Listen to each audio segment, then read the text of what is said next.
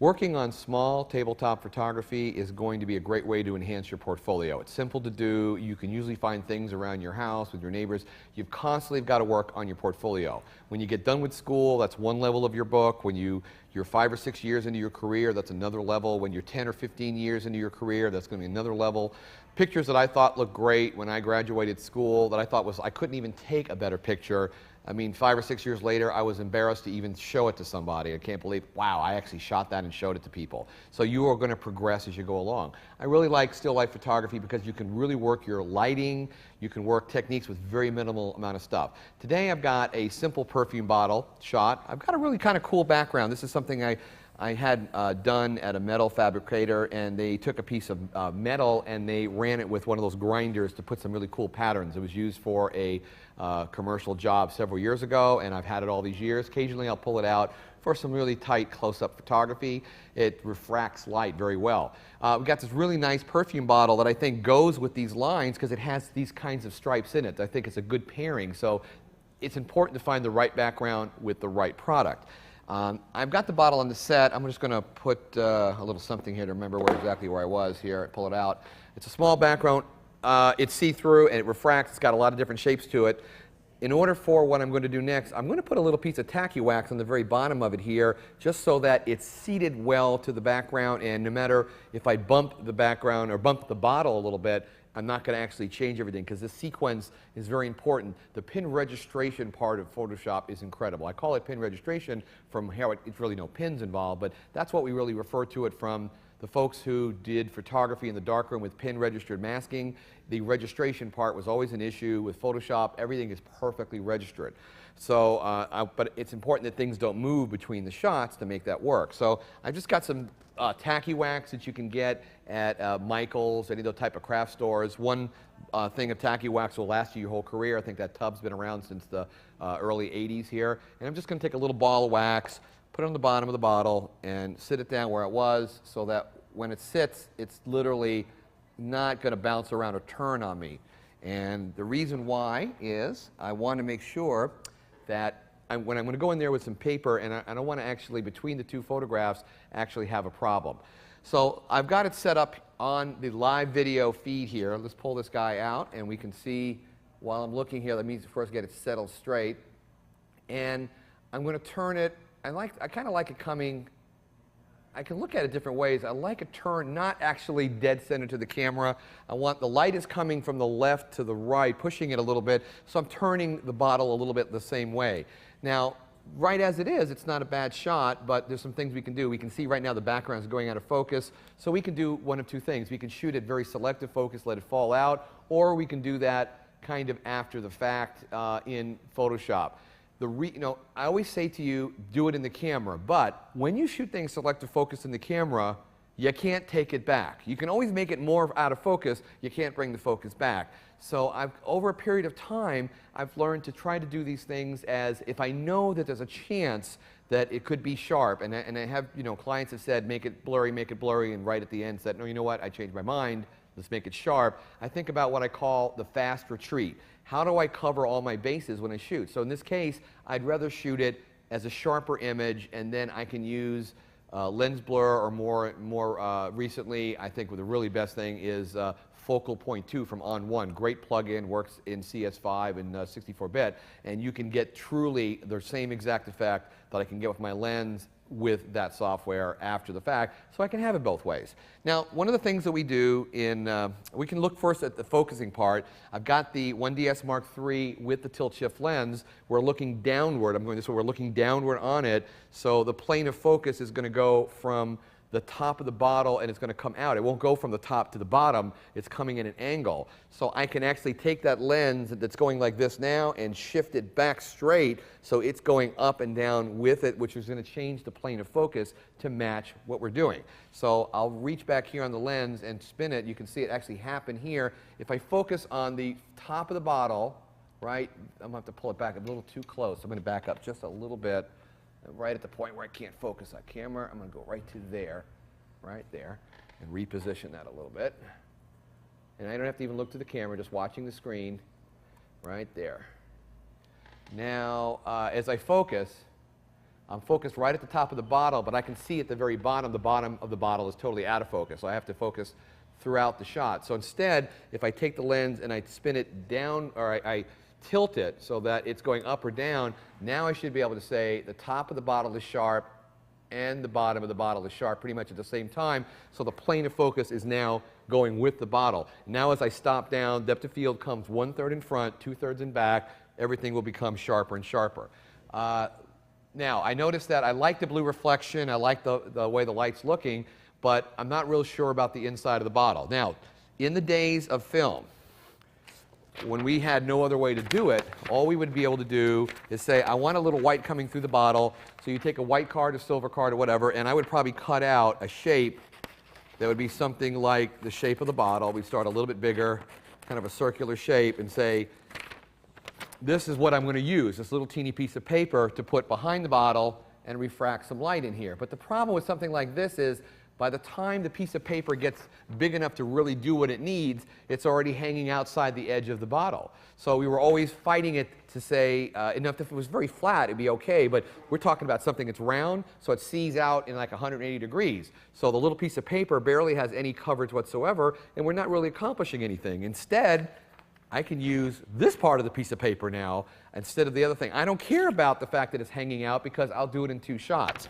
Shoot it to be in 2 shots. Don't sit there and spend 4 hours fighting it to get this reflection just right. Shoot it in 1 minute and take 2 minutes in Photoshop to cut it together because of its beautiful registration issues. So with that cut out, and that's why I ended up putting the tacky wax there, I can come in here and we can see exactly without it, and then here you can see with it, it's adding not only some highlights, it can add some highlights in the back, but I can see through it better. Now, I don't want that piece of paper in the photograph at the end. All I'm going to use is just the center striping. I think that's going to be a very, very nice look, and as I pull back, also look at this, I know this is very subtle, but there's a specular highlight coming down the side here and coming down here. Watch as I pull that out.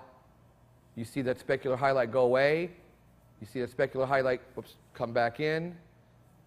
And if I need to, I could also shoot something in front of it. If it had to have this, I could do this, which I don't think it's going to need, but let's see what it does. We'll try it out.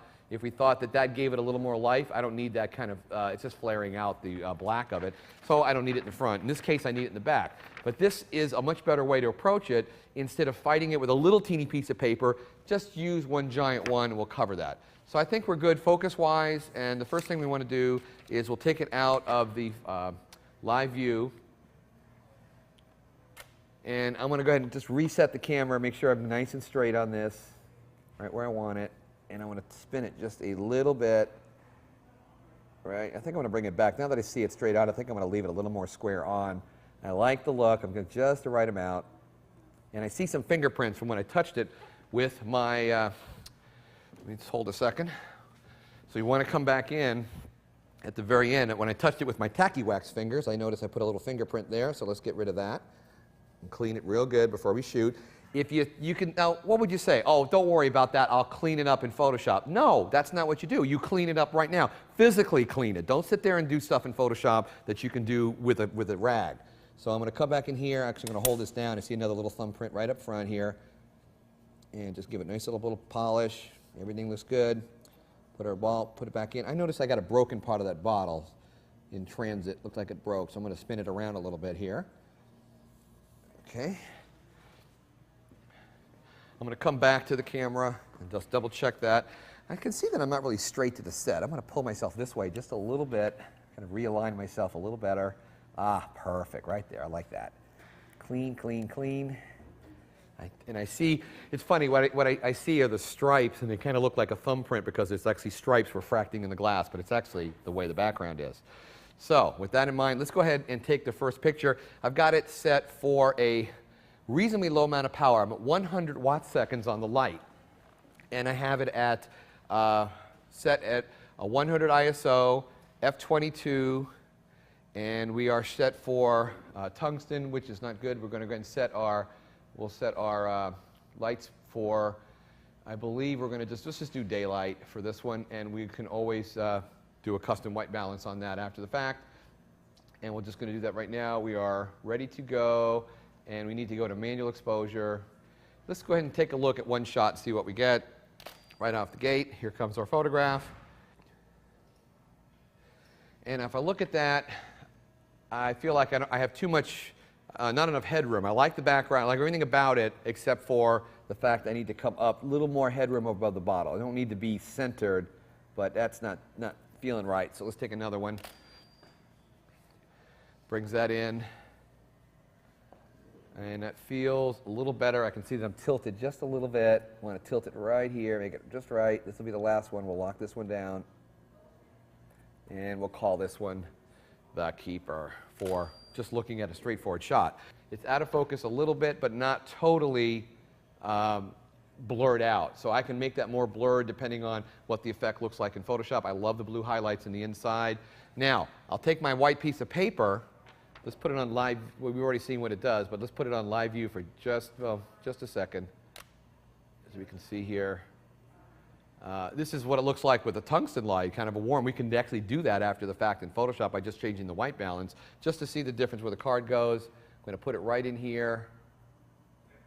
And it's really just lighting up the bottom. You can see those stripes, and it's got really good highlights on either side. That's good. We'll close that off. Now watch on the screen, watch the difference. Just looking at the center part of the bottle, when I put that in here, watch what happens. I'm not really concerned about the rest of the shot. I'm only concerned about the center of that bottle. That's going to be a beautiful pattern to paint in, plus those highlights right there. Everything is going to jump right off the screen. I'm very pleased with that. I've got a much nicer, a pretty cool highlight up here as well, refracting back into that. If I put another piece, I'm going to, just out of curiosity, let me try one more piece of paper and a couple more in the background to see what that actually does to that top of the bottle. I'll kind of experiment as I go, because I'm seeing some interesting things going on here. I want to see if that changes. If it fills that up with a little more white, if that does anything for me. And yeah, that's like, look at that. Look how much nicer that smooth-edged, out-of-focus gradation. The light is gradating on the white paper, so it makes it fall off naturally. That's even better. So that's going to be literally the bottle is going to be taken from that photograph. I could literally just do a clipping path around the bottle, lift that, and put that right onto the other shot. So between the two, we've got this.